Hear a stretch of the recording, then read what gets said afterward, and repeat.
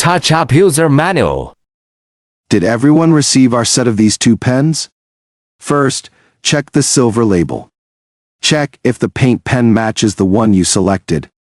Next, wipe the scratched surface with an alcohol pad.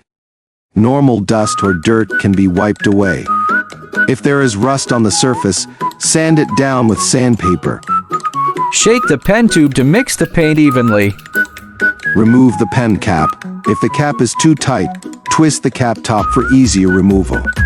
The new pen tip is yellow like this. Note, this is the unpainted state. Hold the pen upside down and press the tip to release the air. Press down repeatedly until the paint begins to flow out.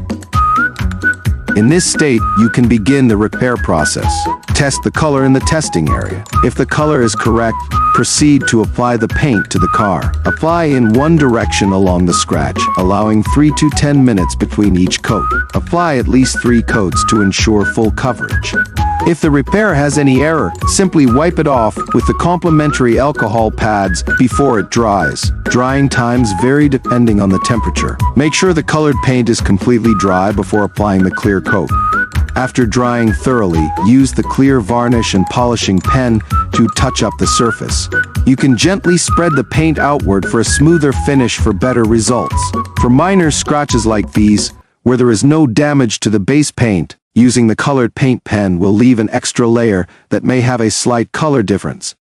The clear varnish and polishing pen is enough to solve this problem.